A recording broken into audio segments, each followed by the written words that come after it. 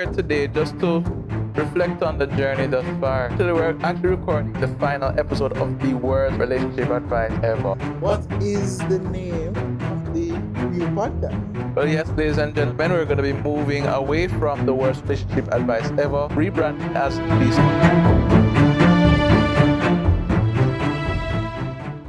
Hey, big up on yourself. Thank you so much for joining me again for yet another episode of the worst relationship advice ever. You definitely should not listen because, I'll be rubbish me a chat.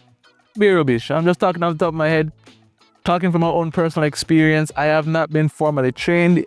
I did 2 psychology courses, so I have a bit of psychological knowledge, but that's about it.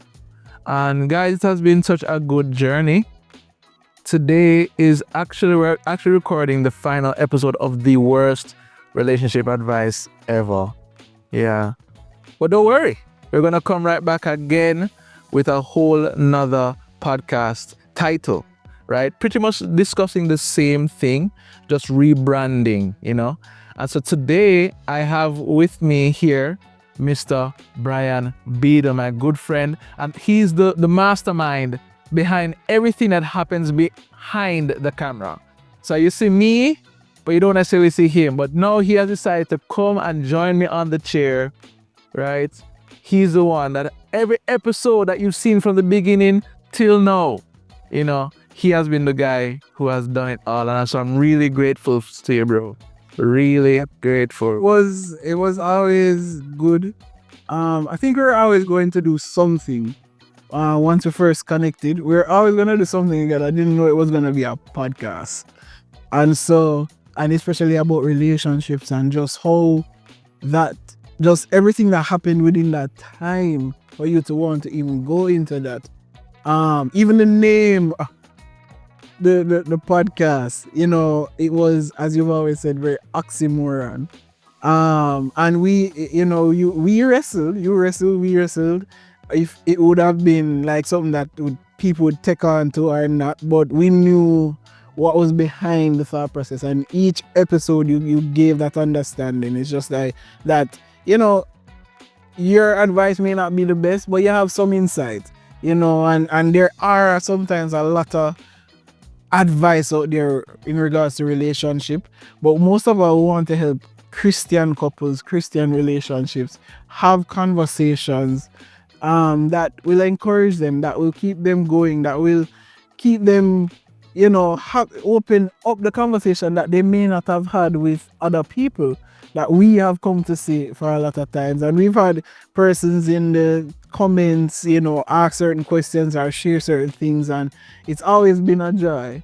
So from the behind the scenes, it's always been a joy just creating the stuff and putting the podcast together and then putting it out there and then seeing how persons would have shared their own opinions and stuff. I feel like a lot of your clients would have met you over the podcast too. Like they watch some of the podcasts and stuff. So yeah, it's 4 seasons and this is my first time in front of the camera, guys.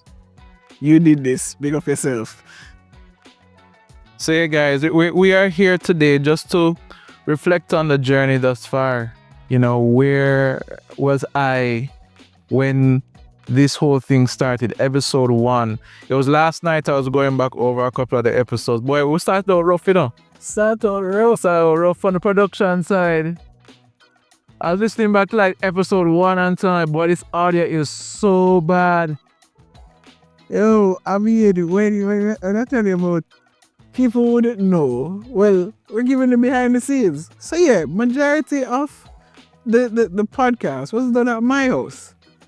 And when I tell you, heat, sweat, the time we have to pause because Darren need to participate. It's like, yeah man, because man never have AC them time there, So camera overheat, everything, but we were determined to get it done, put it out there. Time Mike chip out, or realize say Mike chip out me a talk same way audio now record. And they realize we're gonna do it over again. Big up to my wife for allowing that space to happen. Big up to her. But yeah, I mean, it was some rough starting for real. As I said, sometimes Darren would have messaged me back and I was like, yeah, the audio don't sound too great, or the video kind of look too great. I was like, all right, let's fix that.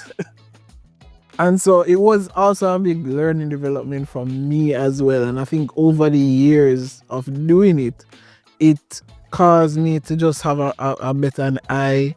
My wife always says that I need to develop my eye for details and attention. And I think doing the podcast has, to a certain level, helped to do that, to look for certain things, make sure that certain things are happening, going on and stuff like that. So it's really helped me to develop. How has it done for you from the start till now? Like just having majority of those conversations almost by yourself. How was it for you?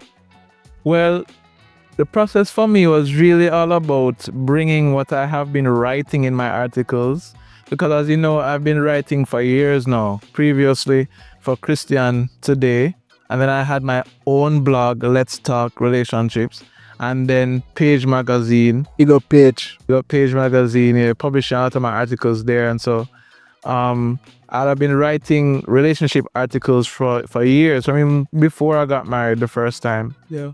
And it's a way for me to flesh out my thoughts and flesh out my understanding of what happened. Why did things go bad? Why did things go right when it went right? You know, I pretty much did a lot of self-reflection and just analysis of the situations. And then now thinking to myself, if I am going through this, more than likely there are other people going through it as well. And so wanting to bring my revelations and my insights to people so that they can go, oh, that did go on for true, you know. You know, so I never did think about it that way. Yeah. I never did look at it from that perspective. All right, so this is what I'm going to do different now going forward. Would you say it was also like a type of, I guess, counseling for you, you know, going through, because you've been vulnerable about that, going through a divorce and then getting remarried and still, still learning about relationships and being in a committed relationship like that, being married and stuff like that. Would you say it would have been, like counseling for you as you went through just certain topics, asking certain questions, putting it out there, like being vulnerable like that? Yeah, in a sense, because like I remember watching back the second episode and I was saying in it that, listen, I'm not married no 10, 20, 30 years with children. I've never experienced being an empty nester. I don't have that much experience. And so it's like, as I am going through the thing, I'm speaking about the thing, which from some people's perspective, they would say that you're not qualified. You're not qualified to speak on these things because it's not like you are looking at it in hindsight from a far enough perspective. Because it's not like, because at the point of the first episode, I was going through, I was still going through that process, right? So, but at least someone can come to me now and ask, what is the divorce process like in Jamaica? Because the divorce process in Jamaica is different from the United States. You have to be separated for at least a year, and you have to go to counseling. You actually have to be able to prove to the judge that you did go through counseling. You did try to repair the relationship, even during the separation. Okay. And then you have to be separated for at least a year to then start the divorce process. Yeah, I'm doing that because, it's not like I didn't know. As in you didn't share these things with me already. It's just like when you lined it out like that, it's the first I really look at it. It's like, oh, you really did have to go through all of that. And I think it's, when I think about it in hindsight, I think it's a good preventative measure. And I guess the Jamaica's court part, in the sense of, maybe it's behind that it is them possibly trying to say, work this thing out, fix it. Because as overseas, it's like, oh, that's what you want to do? Let's go. Yeah, can get it done real quick. You can get divorced today and married tomorrow, like that. Like that's so quick. Versus here, we're as you're saying it, we're seeing some fundamentals on encouraging marriages to actually like push through and work through the situations, finding ways to work through the situation versus trying to go through this ordeal. So I mean, I guess now that you say it, I can see why there is possibly many backlogs. As it was this, I think it was shared. I think last year. I think it was last year. It was shared that there are a lot of backlogs in regards to divorces being, finalized, processed in the courts. But yeah, I find that very interesting. Just how the process is set up, it causes you to like do a long waiting. And during the season, during the time, it can feel annoying because you kind of just want to get it done and over with. But then looking back in hindsight, you can understand why it's set up that way. Because oftentimes when a couple decide to, yeah, man, more divorce, no, more get, you're at a point where you're feeling emotionally heated. Yeah. The emotions are high. And so making the decision in that state of emotion, it seems like the best thing to do, like the most logical thing to do. Until now, you get some time to think about it, reflect, probably I should take some accountability. I'm like, okay, yeah, I really did go wrong here. I really should apologize. I really should make an adjustment. She's not that bad. And maybe I am too prideful. Maybe I'm thinking too highly of myself. And so we should try and work it out. And I can say that during my divorce process, I went back and forth in my mind a lot between going through with the divorce or just calling off everything. And I would have made attempts to reconcile. Yeah. Right? But my ex-wife just didn't. Right? And I can't force a person. That's And so like Pontius Pilate said, wash my hand, I made my effort, to reconcile, and I couldn't. So my conscience is clear. And I think it reflects in how, as we went through just the different seasons, the different topics that actually came up, that you shared, and the different topics that that came up, kind of in a certain way reflected you going through that process. Whether it was we had misconceptions about relationships. I think we did two of that. Either 2 or 3. And then we had, talking about what it means to have a healthy marriage. What the habits that we need to develop. We spoke with persons in regards to setting boundaries and relationships, and what are the timelines that people think you should get married at this point in time. And so I think that also reflected some of the thoughts that you would have been having as well going through. I want to ask, give me at least 2 of your favorite episodes. 2 of my favorite episodes. Yeah. Out of that first episode that we did on misconceptions, yeah, because that right there, so we're attacking some of the common thoughts that prevail in people's minds with regards to how relationships should be done, and how these thoughts are some of the reasons why relationships are failing. So that was definitely one of my favorites. And then the interview that we did with Monisha. Yeah, Monisha. I feel like that was a good interview because Monisha had her opinions. You had your, and it wasn't a fight, but just the conversation gave ideas of like, this is what someone could really be thinking. This is what someone could really be. Their thought process about being together, hooking up. That I mean, not say hook up, but living together before marriage and stuff like that. Like, what are those thought process, and what are you looking for to be married to a person, especially from a female perspective? You know, it was good to see that type of banter between you and her, and so yeah, that was a good interview as well. Right, because Manisha is coming from the standpoint of logic where you need to know who you're marrying. You need to know, ask them all the questions, go do all the dates, background check, you need to know everything. While I'm coming from a more faith perspective where you once you believe that this is a person, go ahead, get married, figure it out afterwards. Because I tell you, me and my ex-wife, we did premarital counseling before getting married. Now, mark you, the premarital counseling did not go so well. And in actuality, we were advised not to get married by our premarital counselors, in reality.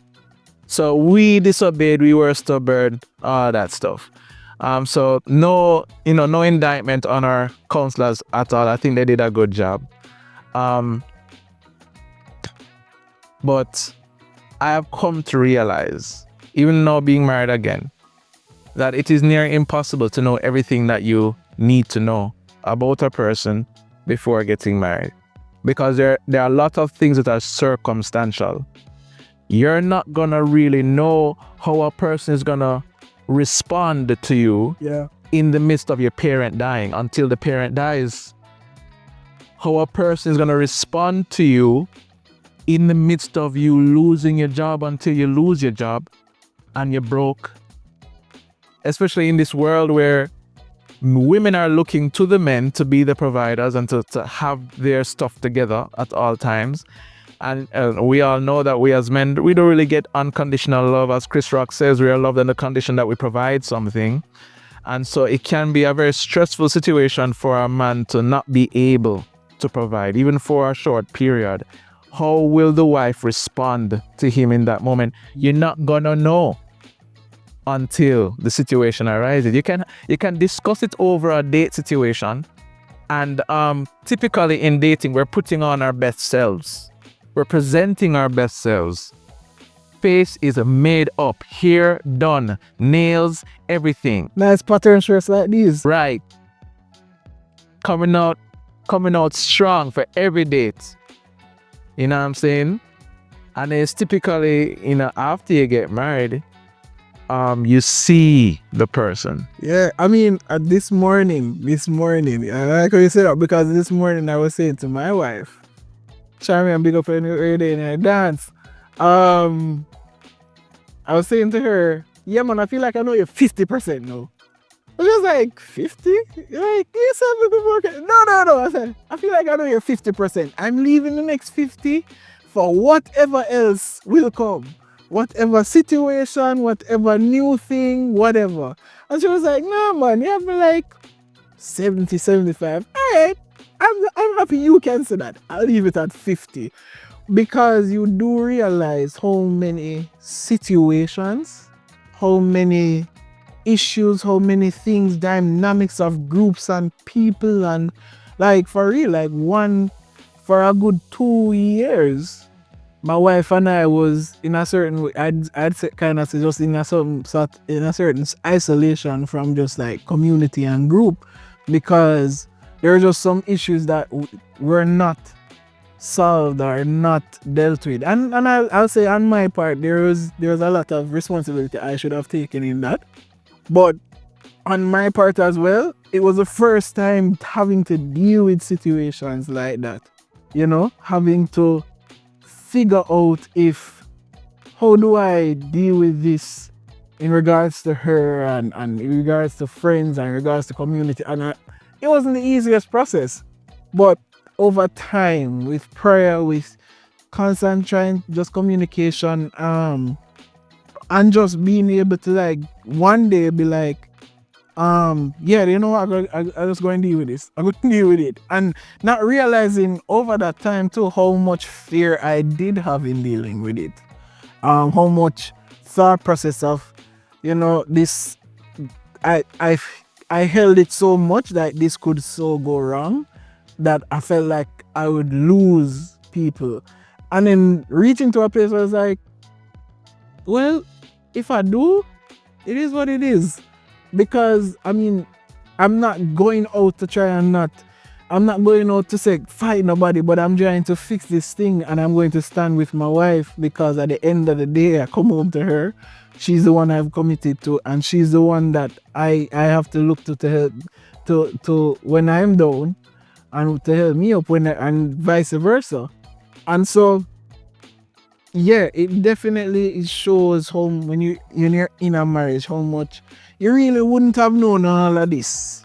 And I like how in the last episode Jermaine spoke about definitely find ways to get in different situations, like whether group setting or going out or what have you. But even at that, again, as you've stated, a lot of times we're trying to put on our best selves. And then when you get married and get into similar situations that are maybe now deeper, it's like, but how didn't this work out in this way or that way another time? So how comes? Because no, it's different. It's different. I used to tell myself, to my wife, that one thing we realize, especially in regards to our marriage, is that I realize as much, is like, yeah, I can't when we were dating and things didn't go well, or we maybe had an argument or what have you, I could go home and she go home to her house. There's no other home for me to go to. So what? I gotta figure this out. We gotta figure this out. We're gonna sleep in the same bed. We're gonna wake up to each other. We're gonna have to figure this out, because really and truly, yeah, there's nowhere else. Like in our minds, you're sitting in your mind like there's nowhere else for me to go. So we're just gonna have to figure it out tonight, or we're gonna have to figure it out by tomorrow morning, whatever it's gonna do or whatever it's gonna take. And so you find how much even you change in that time, where if you're not a confrontational person, I'm not a confrontational person, you realize how much you have to learn proper confrontation. You not go to a whole other extreme and be very confrontational or anything like that, but learn how to do proper confrontation and communicate as well. So, yeah, you see, in the Christian community, we're all human beings. And so it's sad, but the divorce rate within the church is just as bad as it is outside. It's because, marriages are made up of people, and we, just like people outside the church, we inside the church don't necessarily have parents who have lovely, flourishing marriages where we have a picture to look at. You know what I'm saying? And so we are figuring it out as we go along. Right? And so for a young wife to look at the young husband and say, you're a bad husband, or you're not a good leader, I'm like, him don't know. Or for the husband to look at him young wife and say, oh, you're not a good wife because you're not very submissive. Probably she never observed submission in her home when she was growing up. Yep. Probably she have to fight for everything she have. Many of our young people are growing up in single parent homes, and most of the single parents are single mothers. Yeah. And so we are at a great disadvantage. We simply do not know what we don't know. Yeah. Yeah, you always used to say that on the podcast. I was like, that would be a signature statement. We don't know what we don't know. That is it. And so I want to encourage you guys to extend grace to one another. Extend grace. Yeah, man. Sometimes, you want your husband to be this great leader. You want him to have the vision and the goals and know where he's going in life. But he's like 25 years old, just leaving college, questioning whether or not he did the right degree. He probably does not know. Extend him grace. Yeah. And to my brothers, you probably are marrying a woman and you're probably looking forward to the sex part because she gave this impression that, yo, she been waiting and, yo, she rearing to go, right? Insert Marvin Gaye right there. And then you're expecting that it's gonna be, you're gonna be having sex every night. Every night it's gonna be on. And it's probably that way for during the honeymoon. Probably have a great honeymoon. Not every honeymoon is great, but probably you have a great honeymoon. And then you get back home and you start going to work. And you have the responsibilities around the house, like the laundry and the cleaning of the fans and the spreading of the bed and the cleaning of the bathroom and the washing of the cars, along with the responsibility of paying the bills and the taxes and the rent and these things. Having to go to work and deal with work, and you come home tired from work. All of a sudden, what you expected to happen in the beginning of having sex every day, now it's happening only once a week if you're lucky.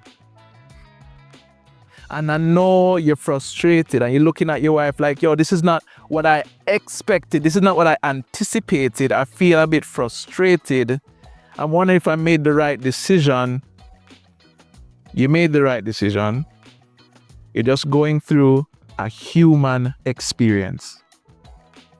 The whole reason why we didn't do the podcast for like almost an entire year is because I've been having to deal with all these other things, and they're only 24 hours in a day. I only have one brain, 2 hands and 2 feet, and over 600 clients. Right? Newly married once again. And my wife is my main priority in life at this point in time. And so I just couldn't add this to my page. It's just a little break that I get now to come back and say, all right, we're going to start this again, because I really do have a passion to see more of especially my Christian brethren, my brothers and sisters in the Lord, get this thing right. Yeah, man. Because the Bible is there. It provides us with the instructions, with the guidance, but we just have to obey. And oftentimes we have a difficulty bridging the gap between knowledge of the word and obedience to that knowledge, walking it out. In between these two things is emotion. And when we are disappointed, when we are heartbroken, that is when we are most vulnerable. That is when the devil can just come right in and decide to, you know what, yeah, the Bible said this, but I gotta do something else. Devil can come in and say, okay, let's influence this man to go against what the Bible says, because obviously him wife don't get it. Obviously him wife don't see where I'm coming from. She don't see his pain. And like I was saying to my wife last night, oftentimes people don't have the language to describe their emotions. They don't know how to explain how they're feeling to their partner.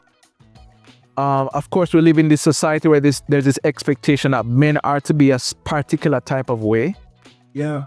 And so when it comes on to us being in touch with our emotions, so much to the point where we can be vulnerable with our spouse, that can be a tricky thing, because unless she encourages that sort of thing, then that could easily backfire on it. There are many men out there who are afraid of being vulnerable with their spouse because they're afraid of being seen as weak. Yeah.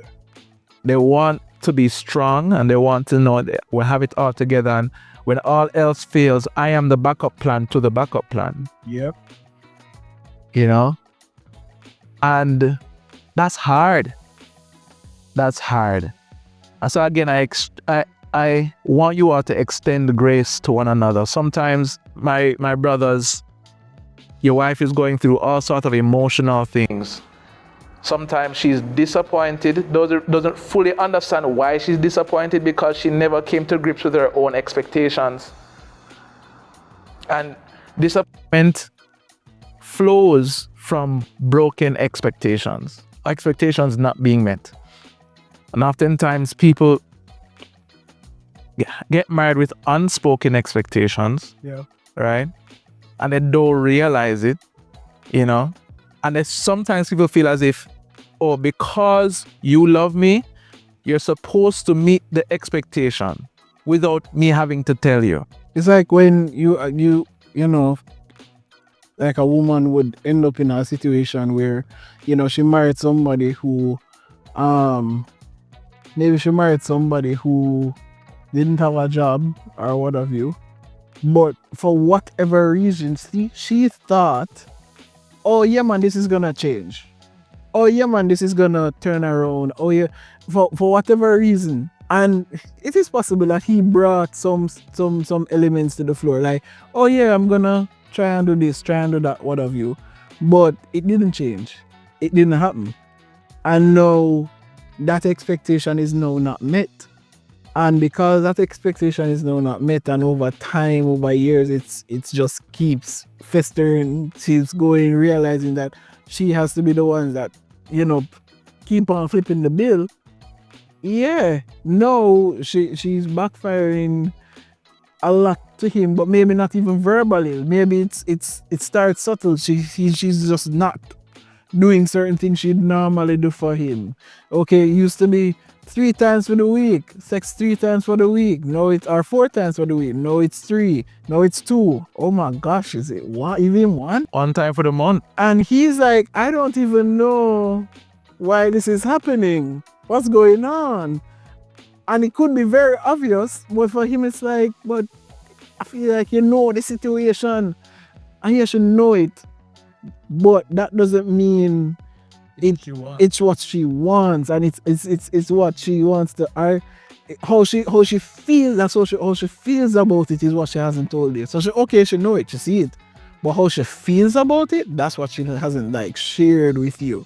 And she wants to share that, but it's like maybe in her mind you're not going to get it, you're not going to understand, or you might take it as disrespect or what have you in some sort of way.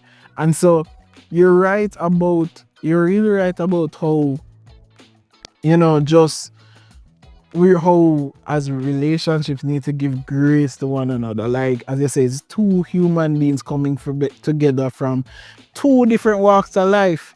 And I feel like too, the Christian aspect of it is what we think is the binding agent. Like, okay, yes, I used to live up Cherry Gardens, Norbrook.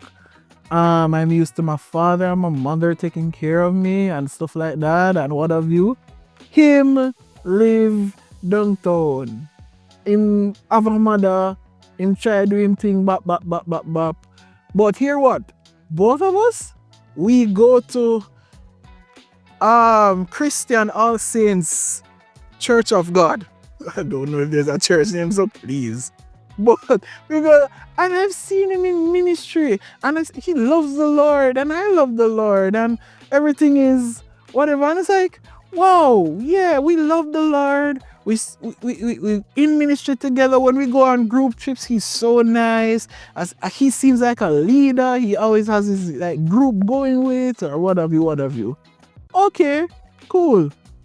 No, okay, you get to know each other, you get to know certain things. Okay, maybe things work out that you do getting married. Now you're realizing there are certain nuances to him, and there are certain nuances to you as a female that you didn't realize were gonna clash the way they're clashing now. Like with certain thoughts that you may have, certain things that you are expecting. For him, it's like, no, I expected, while you were expecting that, okay, you would just stay home, do nothing, or what have you. I was expecting that, yeah, we would work together, and maybe we'd reach that point, but we're gonna work, you're gonna work, I'm gonna work, we're gonna put something together and make things work, because that's where I'm coming from. My mother work, and me find a little work to do, and we'll put money together, and we'll both build this. You're coming from a place of, oh no, everything was taken care of for me. Everything.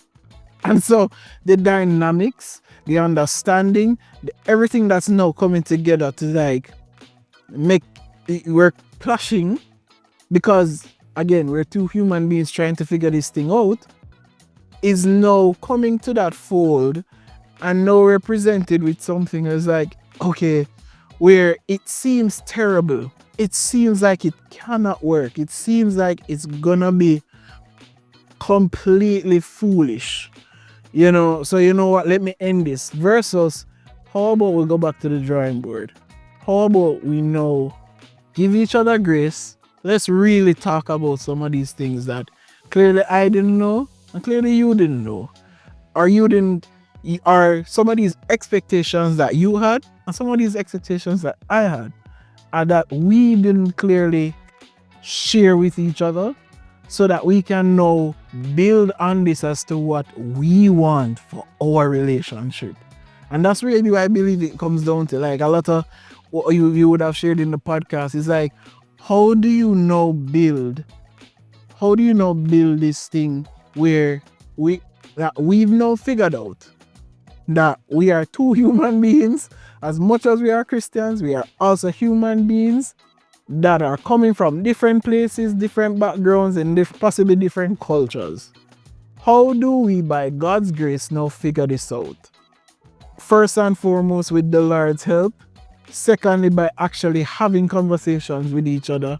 And thirdly, like really just consistently learning and giving grace as we move along, because that's what it's now going to take.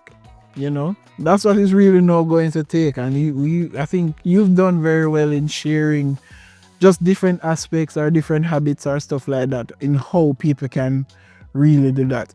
I have a question. What was the one episode you'd say like you were very, I mean not say very, but maybe you had doubts in like doing that topic, or you were fearful of like even sharing on that topic? What would have been one of the podcasts one of the episodes you would have said, you would have felt that? Probably dating is rubbish. Okay. Because we live in the 21st century. Everybody is dating, and from a logical standpoint, dating makes sense, right? Because you're trying to figure out, okay, who is most suitable for me? Let me go with Tom, Dick, and Harry so that I can figure out who is most suitable for me. And then based on their suitability, I'll choose this person and move forward. And in that episode, I'm talking about the fact that people in the Bible didn't date. Yeah. That when Isaac married Rebekah, it wasn't a choice that was done entirely by them. Abraham sent his servant, who then went to seek the wife, who prayed to God, and God revealed that it would be Rebekah. And then he had to go to Rebekah's father and family and petition the family to release Rebekah. Rebekah then leaves and goes back with the servant, and then Isaac gets to marry Rebekah. There was no other choice. There was no, let me pick, choose, and refuse. And I believe that is potentially what contributes to the difficulty with relationships today. Right? That people believe that they have options. And they scroll on their social media, they swipe left and swipe right. I have options. I know if this person isn't meeting my expectation, then I'm just gonna swipe on them and move on to the next one. It's not bringing anything to your life. If it's not serving me, that selfish way of thinking. And you bring that selfish way of thinking into marriage, it doesn't work. It does not work. You cannot have a dating mindset in a marriage relationship. I would have learned that from my previous marriage. But we live in this world where there are Disney movies and their movies and their sitcoms and there are all these things that influence what we think and how we believe relationships should go. Like I was talking to a coworker of mine yesterday, and she was saying that I think I would want to be able to date multiple women at the same time, not to be in relationship with them, not to be sexually active with them, but just to go out with them and have conversation with them and get to know them. And yes, that makes sense from a logical standpoint, right? But what if this person doesn't meet your expectation after the ring up on the finger, would you not want to double back and say, but wait, say that guy never did so bad still? Yeah. People have options, and it gives them this false sense or this idea that they can switch if they need to, they feel like it, and that mindset is what is contributing to the failure of relationships. In the very early stages of the first season of the podcast, I'd have spoken about the 5 principles, the 5 foundational things. I spoke about unconditional love. I spoke about friendship, intimacy, unwavering commitment, and Jesus Christ. Yeah, I think the friendship one was the one that really and I'll say that, guys, the podcast has also influenced me in the sense of just how I look at my own relationship, my own marriage. And I think the friendship one was one of them that really stood out to me, how important it was. Because you don't hear that being talked about a lot, in the sense of learning to also be friends when you're entering into relationships and stuff like that. You don't hear that a lot, and you don't get that conversation a lot. But you understand it so much more when you're now in a marriage. The hot fire is no, it's not it's old, but it's just at a level. Now we have to see, can we have conversation? Can I talk to you about stuff? Can we laugh about certain things? Can we have dark humor about a certain thing? Will you look at me and like, oh my gosh, like, why would you say that? Why would you do that? Well, it's like, that's a joke. It's not that bad. Do I like you do I like to be around you? Like how I like to be around my friends. I want to chill with them. I can build with them. I will cool and all that jazz. Do I like you? And so I would have, looked at it as like, yeah, I also like, that's very important to build friendship with your spouse. So that at the end of the day, it comes to that point of like, you know what? Yeah, it's not just about the intimacy in regards to just being romantic and sex and stuff like that, but there's also friendship that needs to be developed. Like, we can just sit and we can just chill, we can have a conversation almost about anything, and it just, it's just like, yo, I just like being around you. I like your company. I like your vibe. I like, if there's anywhere I want to go, I want you beside me, because, like, honestly, to go it alone or to go somewhere else alone and or not have you there, yeah, man, I don't feel like I want to do that. Building a type of friendship with your spouse is very important. So yeah, it definitely is one of those foundational ones. Yeah, for real. And so the thing is, as I would have said in the episode of commitment, a relationship cannot stand the test of time if the two people break up. The two people break up, then that's it. It's the end of the relationship. It has failed. But you can have two people who are together for 30, 40, 50 years. And most people from the outside looking in would consider their relationship to be a successful relationship because they're still together. They might not be happy. They might not get everything that they want, right? Probably not all the expectations were met, but they're still together. And when you think about what Christ wants for us as human beings, especially in the context of our marital relationships, when I look at the character of Christ and what he's trying to build in us as Christians, I've come to realize that as a father, as a good father, he is not about spoiling his children. And so he's not about giving his child every single thing the child wants. It's in Hebrews, where the Bible says God disciplines his children, and those who go through discipline, those who do not go through discipline are considered illegitimate. They're not real children of God unless them go through the discipline. And no discipline seems pleasant at the time that you're going through it, but it yields a harvest of holiness for those who are trained by it.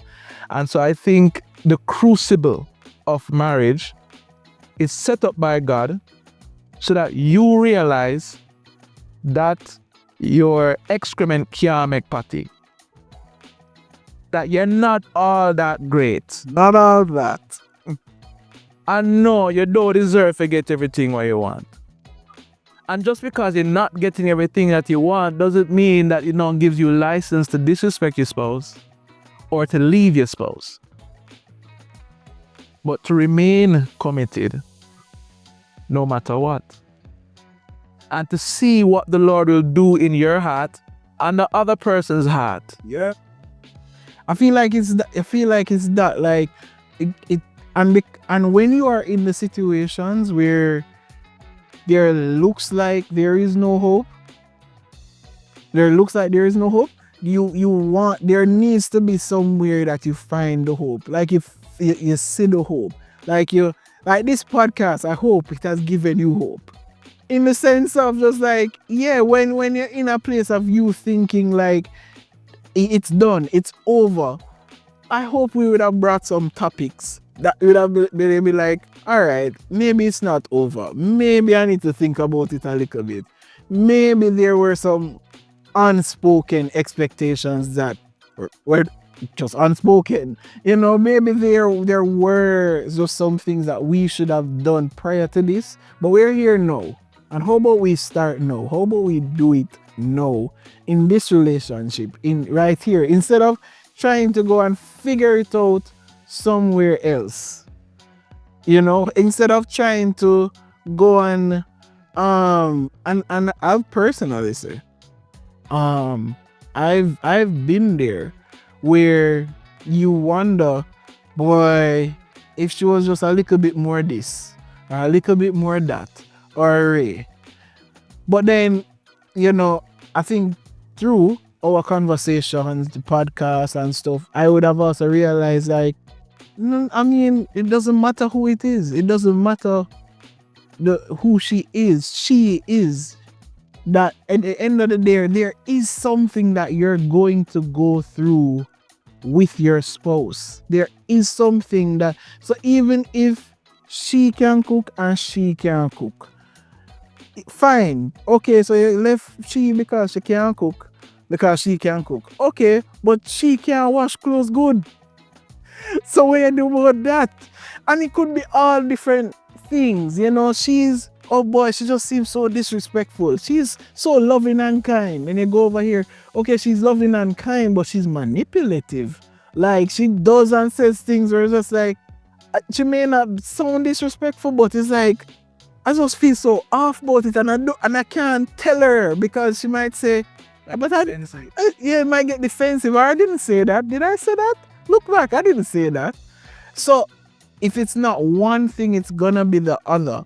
And so why not fix the thing that you actually know? Like, why not fix the thing that you know, like this, yeah, this is a problem, this is an issue. Why not fix that now? Find a way to fix that now. And I hope that anybody who has watched this podcast has been able to say, yeah, there are problems here, but I think there are ways to fix it. There are ways that maybe I don't know, that I can, you know, ask someone else to be like, yeah, help me with this, help us with this, help us to get to that place where we can be no more knowledgeable about how we can move along, how we can be more knowledgeable about how we can move from this place to a better place, you know. And so yeah, I definitely think it's been a good set of years, good set of seasons that we've had, and now we're getting into we're just changing the name still talking about relationships. But yeah, Darren, share with us, what is the name of the new podcast, per se? All right. Well, yes, ladies and gentlemen, we're going to be moving away from the worst relationship advice ever and rebranding as the Soulful Podcast. The Soulful Podcast. As you know, the soul, all of us as human beings, we have a soul, and the soul is the seat of the emotion. And emotions often motivate, as the word says, emotion, motivate. So emotions motivate our actions, and many of the actions that we take in our relationships. And oftentimes, if we do not slow down to analyze our emotions, take notice of our emotions and what our emotions are doing to us and to our relationships in the moment, we can take very damaging actions and say very damaging things that are often difficult to take back. And so the mission of the podcast is to explore the soul. And I want to bring on, definitely, and we're bringing on more guests, hopefully some counseling psychologists, right? Some people who have that knowledge past us, people who have been married for years, people like yourself who are on the journey, and we're going to get into the stories of how people have navigated their relationships, how they have navigated their emotions, how they have grown from being a person who just reacts and just shouts and just argues to a person who calmly sits back, takes notice of the emotion as it rises up within their chest, analyze why this emotion is coming up, analyze what the emotion is motivating them to do, and thinking, is this the right action? Will this be beneficial to what I actually want? Do I want to win the argument, or do I want my relationship to work? A lot of times, things happen so fast in the midst of conflict that we don't get to ask ourselves those questions and analyze whether or not what we're doing is actually helpful, or is it being destructive to what we actually want.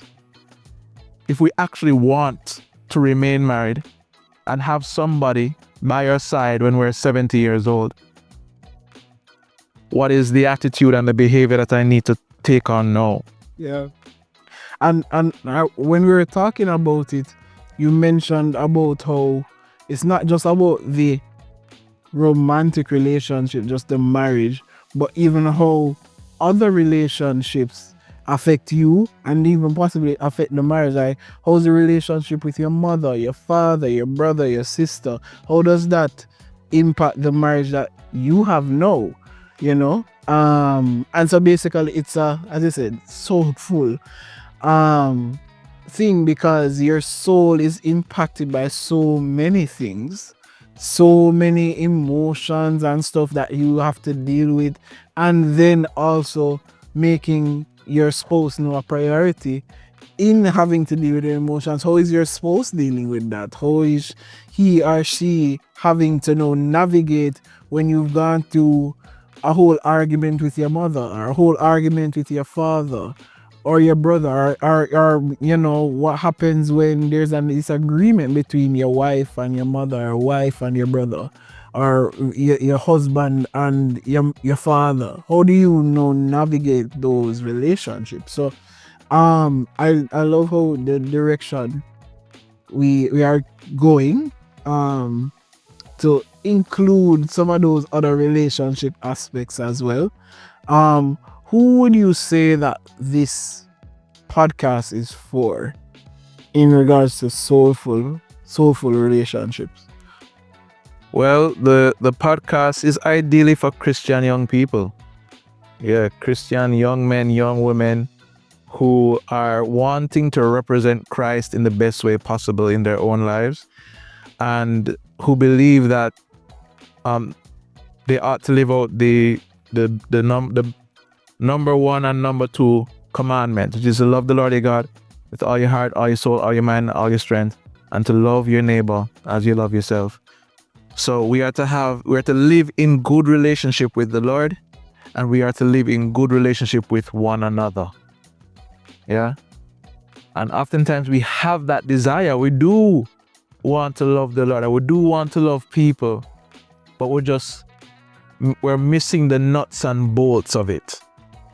Yeah, we're missing the method.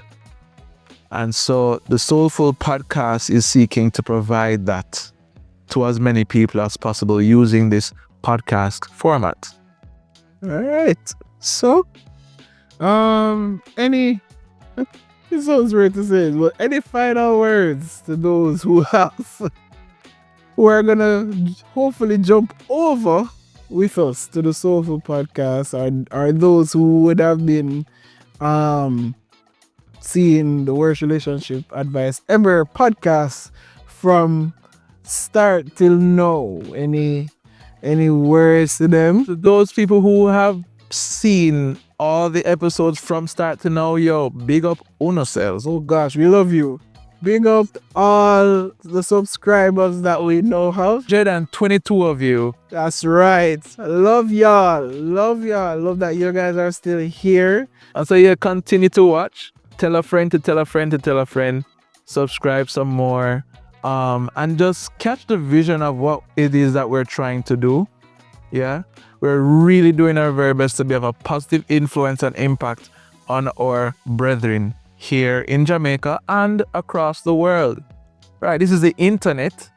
And so while I definitely want to have real impact here in my home country, I don't mind if I hear from people in Nigeria and people in Turkey and people in Indonesia about the impact that this podcast is having on them. I know that there is a need for content like this for many Christian young people around the world. And so I hope that it is beneficial to you all. Thank you so much for being with us. Blessings to you and your family. And just want to add before we go, if you're thinking that, hey, well, with maybe a question of, is the podcast or the older podcast gonna like go or gonna delete? No, don't have to worry about that. The videos will be there. We're leaving them there same way. As I said, we're just changing in name and transition, maybe some colors too. You might see some different colors. But the older podcast episodes will be there, and they'll be there also there for your benefit of just journeying from when we started in season 1 to here ending in season 4. So don't worry about it. We'll definitely have your back. We definitely have them there, and it will be good for you to, for persons who don't know us, like don't know you. So like, at least if you want to get to know Darren, yeah man, season 1, 2, 3 and 4, yeah man, that's how you can get to know Darren and what he's all about. And I mean, it's not gonna be anything totally different to expect of what will come in the Soul Food podcast. So definitely thank you guys from behind the scenes. I'm letting you know, thank you guys. Who knows, you may see me more in front of the camera going forward, but we'll see what happens. But Darren, take it away and stuff and saying, as you know, blessings to you and your family. Thank you for joining us once more, and we'll see you again pretty soon on the Soulful Podcast.